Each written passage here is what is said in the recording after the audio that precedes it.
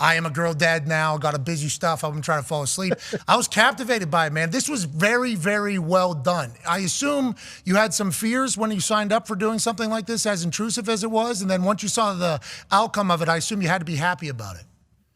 Yeah, I mean, I think when we first signed up to do it, we were actually going to do it on transitioning out of the NFL was the idea.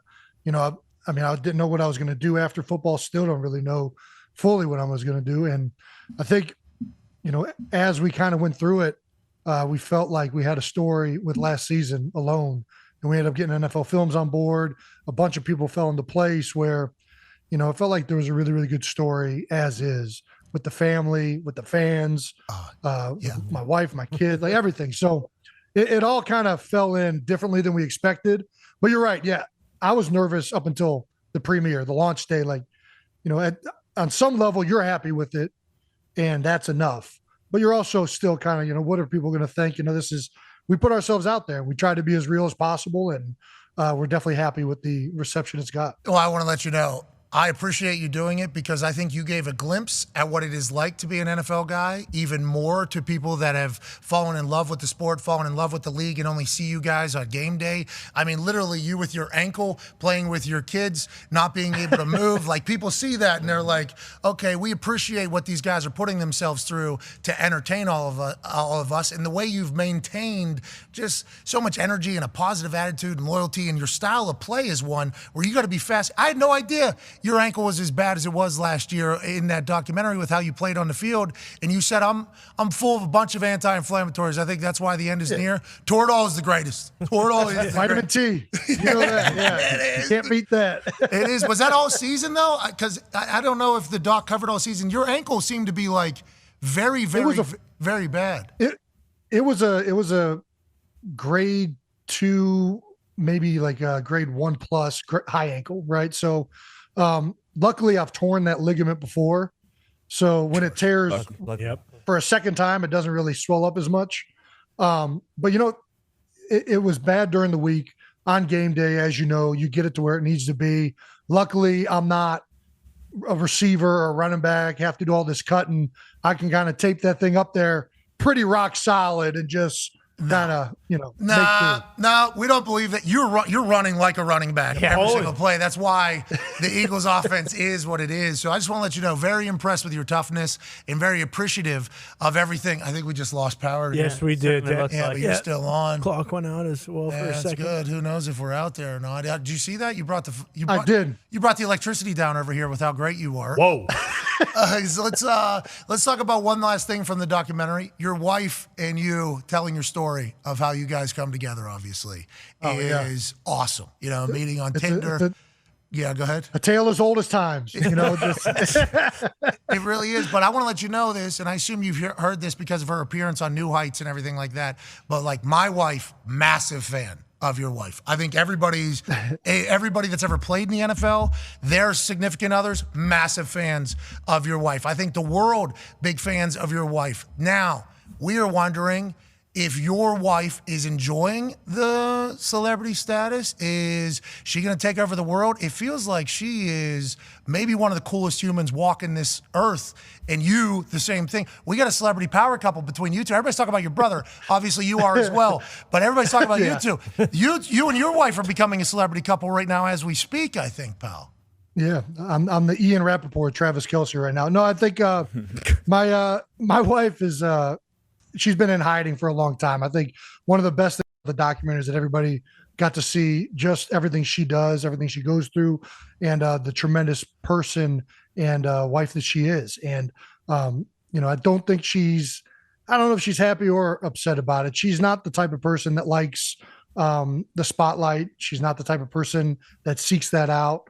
But I think that it's awesome, the amount of reception she's gotten and the amount of other wives, the people, moms out there, wives out there that have been able to, assimilate, or what's the word I'm looking for? Yeah, you get it. Yeah. Yeah. So relate. I think it's relate. There we go. Yeah. Relate with her. And I think a lot of people saw that. So. Okay, So let's talk about this. You're going to the Hall of Fame, and every Hall of Fame speech involves a guy saying to their wife, I wasn't around enough. I do apologize.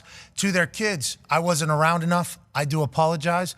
It feels like watching you at home, that's a massive deciding factor on how long you're going to play for alongside your body as well. You were talking about retiring going into last year with how it went and reception and how you played. You're back again.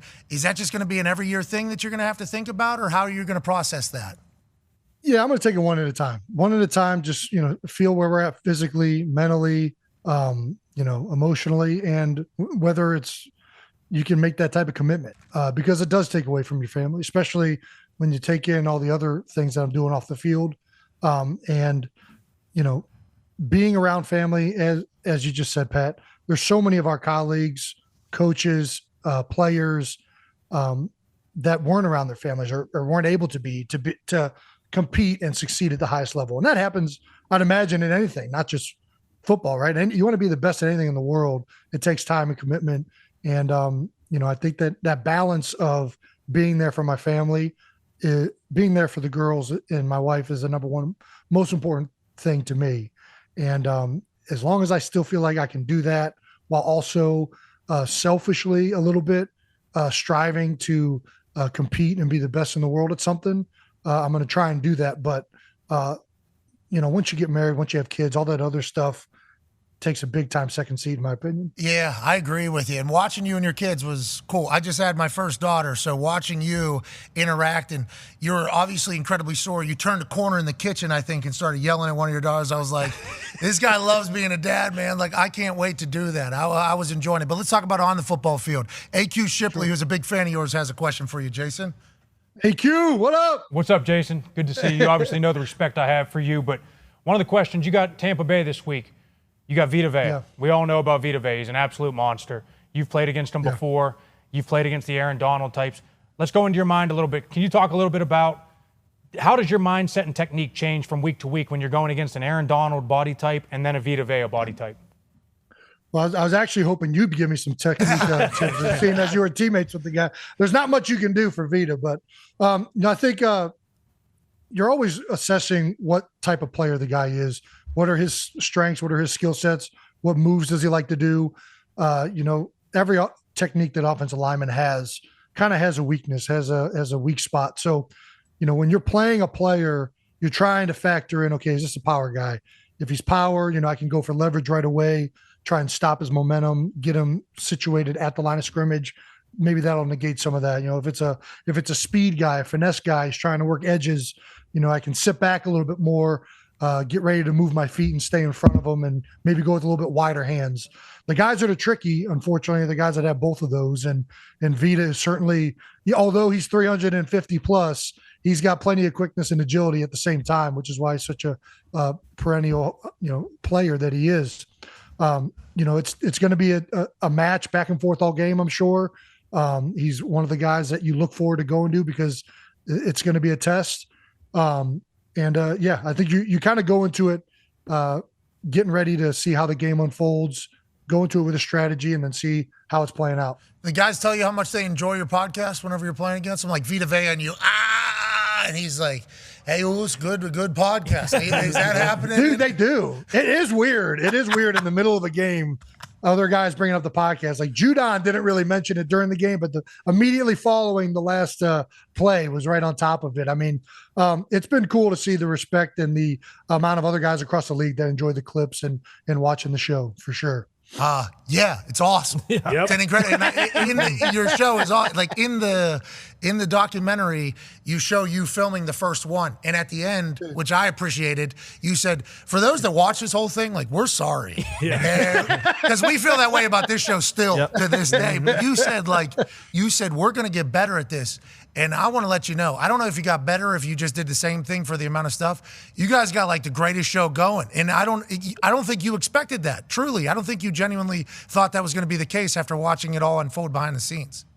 Yeah, definitely not. I mean, we struck lightning in a bottle a little bit. Both of our teams go to the Super Bowl in year one. That definitely helps the viewership out. But, I think we didn't know what to expect. We knew that we were getting involved with a company and production team that was really savvy with social media and making these clips and everything to get it, that it was going to get seen. We didn't know if we were going to be any good at it. We definitely didn't think we were any good at it. Still don't know if we're good at it, but people seem to like it. Yeah, you are good. You are. You're great. You're great. Not just good. It's great. But, I think, we've been talking about that for a number of years, starting a show or starting a podcast, and, seeing guys like you, seeing Bussin, seeing a lot of players that went on to start their own thing in the media world and have so much success kind of gave us the, hey man, let's just freaking do this, man. I feel like it's going to be fun. If it's successful, that's great. If it's not successful, hey, we're just chopping it up anyway. So I think, dude, seeing the success that you guys have had, a lot of the former players, current players doing it, it's been awesome, man. And it's only going to keep happening. So it's great. Yeah. It is. Way to pave the way, Pat. No, shut up. I'm serious, man. Stop, Jason, stop. I don't need to hear that. It's hard to believe. When was the last time we actually ran into each other? Was it at the Pro Bowl in like Arizona or I don't know. We were chopping it up and then. Might have been the Super Bowl. Every time we've been around each other, we have drank every single time. Well, that's a common theme anywhere I'm at, but it's been remarkable seeing this, man. So well done, brother. Well, I appreciate that. Very lucky for it. But I think like there's so many guys that are talented at it. And I think if we can be something that'll help people say like, yeah, if that show could do it, we can do it. I appreciate being that. I'm lucky to be that. But we're thankful that your show has come into the football world. It's been fantastic. Lightning in a bottle for sure, but also like you're like greatest center of all time. He's like greatest tight end of all time. That's also potential lightning in a bottle. Yeah. Gotcha. Like, there's just like so many things that kind of stack on top of each other. We're appreciative of you doing it. Let's go back to Philadelphia now. Ty has a question for you. Yeah, Jason, last year we had Coach Sirianni on and we mentioned you and he kind of said, it was when you didn't know if it, taking it year by year. He basically said like, hey, I'll do whatever it takes to make sure he comes back. He said that however many kegs of beer he needed to get you, like he was going to make sure he did that to get it done. So I'm just curious, has he made good on that? And also, what evolution have you seen in him from that first press conference where everyone's kind of like, oh, man, this guy certainly appears to be a doofus. He doesn't look like he knows what he's doing until now, and he's one of the most respected coaches in the NFL. I think, first of all, he has made good. Each and every offseason so far, I've gotten a keg. And it's sat out back, and it's gotten plenty of use in those early months trying to decide. So I appreciate that from Coach Sirianni. But, I think that first press conference, it's funny looking back, when nobody really knew who Nick was or how he worked or how he operated and, got absolutely destroyed by the Philadelphia media, which that's really easy to do. I think not just the Philadelphia media. Hey. Oh, yeah, that's fair. That's fair. Yeah. But, it's funny because the way he did that press conference kind of epitomizes a little bit how he is as a coach. And dude, he's just always going, always where it's almost like his mouth can't catch up to like where his brain is going in the conversation a little bit. And you see that a lot, I guess, when guys are doing their first press conference for sure. But man, we have some of the most purposeful, meaningful team meetings. He's always never missing a point to make a coaching point, whether it's about game management, whether it's about plays we're running. Like he says it so much that he can ask Fletcher Cox sometimes what play you think we're running, and Fletch knows. You know what I mean? It's this constant. He just loves coaching ball. He's a football guy. He loves being around the team. He loves being in the position he's in, and it comes through and comes across in everything he does. And I'm really happy for the amount of success we've had so far with him. And just that everybody's gotten to witness kind of who he is firsthand. Now, with that being said, Connor has a question for you. Yeah, Jason, obviously now that you guys went to the Super Bowl last year, the expectations in Philly are a little different. I think we can all, acknowledge the fact that the Philadelphia 76ers have had a lot of expectations, and it hasn't gone exactly perfect, and the fans don't react exactly perfect. And in your first home game last week, end of the first quarter, you're up 3-0. Start to hear some boos. How has that been in Philly now that you guys are every single year, hey, Super Bowl or bust? And at some points on the bench, you're like, all right, guys, like, Jesus Christ, we're winning this game. Can we just relax in the stands a little bit or what? I mean, I'm used to it. I've been in Philly this is my 13th season. I remember the first home game back after 2017 year when we won the Super Bowl, getting booed that first home game. I mean, this the Philadelphia fans and media are not going to sugarcoat anything. They're going to tell you how you feel. If you're not performing well, if you're not doing things up to the standard that we all hold ourselves to, you're going to be let known of that very vibrantly. So, it's a diehard blue collar sports town that demands excellence and perfection from its sports teams. It demands hard work. It demands energy. It demands a certain mentality. And, the expectation to avoid that preaches that, we're climbing a mountain. We're starting at the bottom of it. Every day you got to earn it. Every practice you got to earn it. You come out, and right now we have not performed up to our expectations through the first 2 weeks, and obviously not the fans' expectations through the first 2 weeks. So, it's something that we're continually going to try and improve on and get back to playing at the level we know we can play. We got the horses to do it. We got the guys to do it. In our mind, it's only a matter of time before it starts clicking again, the way it has in the past. I think we got better week 1 to week 2, especially offensively. So, I look forward to getting back in there tomorrow and getting ready for this Monday game. Hey, 13 years in Philly, 13 years in the NFL at a very high level. Like, what is it about some teams that just like kind of got to refine it? Because we look at your pieces, we're like, all right, everybody's back seemingly, so they should just pick up right where they were last year. What do you think about that kind of take, and why is it not like that? Well, no year is going to be the same. Defenses have adjusted. All the teams that were playing have made acquisitions, coaching changes. They've changed their philosophy slightly. They maybe greatly. Defenses are going to be different this year. Offenses are going to be different. This is the way the league works. It's constantly evolving. There's so many factors that take place that are necessary to go to a Super Bowl or win a Super Bowl, right? And like, you got to be healthy. You got to have great players offensively and defensively across the board. You have to have a great quarterback. You have to have coaches that are ahead of the game a little bit. Yeah. I mean, there's all these things that are necessary for you to be the best in the world. It's not just any one thing. And, we have all of these pieces.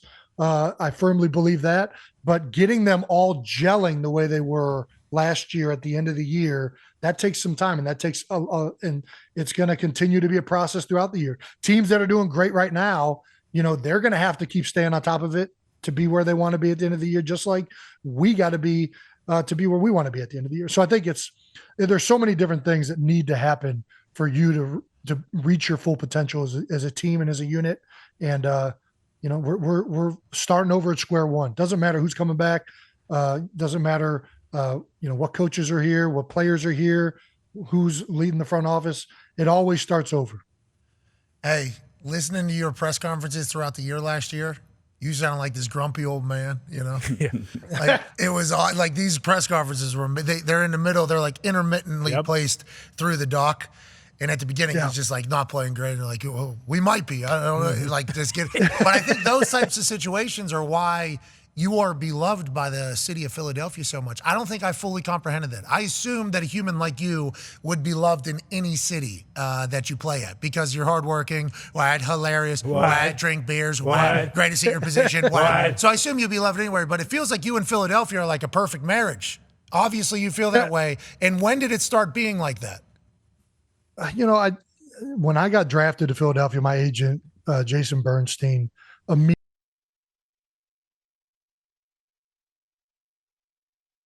Sorry, I know if I'm. Your language is terrible. But that wasn't you. That was him. That was Bernstein. There we go. Yeah, that's right. So it wasn't me. This is a verbatim. Yeah. What do you want? We're journalists. Sorry. But being from Cleveland, right? Being from a steel town, Pittsburgh, like being from a industrial blue collar area, I think there's a lot of similarities from where I come from and what I enjoyed out of the athletes that I rooted for growing up and what I held as to, the qualities and things that rang true to me, I think ring true in Philadelphia. I think the things that my father instilled in me, hard work, aggression, wear your heart on your sleeve, all of these things translate to the city of Philadelphia, just like they translate to a lot of these blue collar cities that were the backbone of this country for a long time. Isn't it awesome too? Your brother is like a blue collar dude who just so happens to have ridiculous fashion. Yeah, he's got both. Trav is quite the chameleon, man. He can fit in with any crowd, man.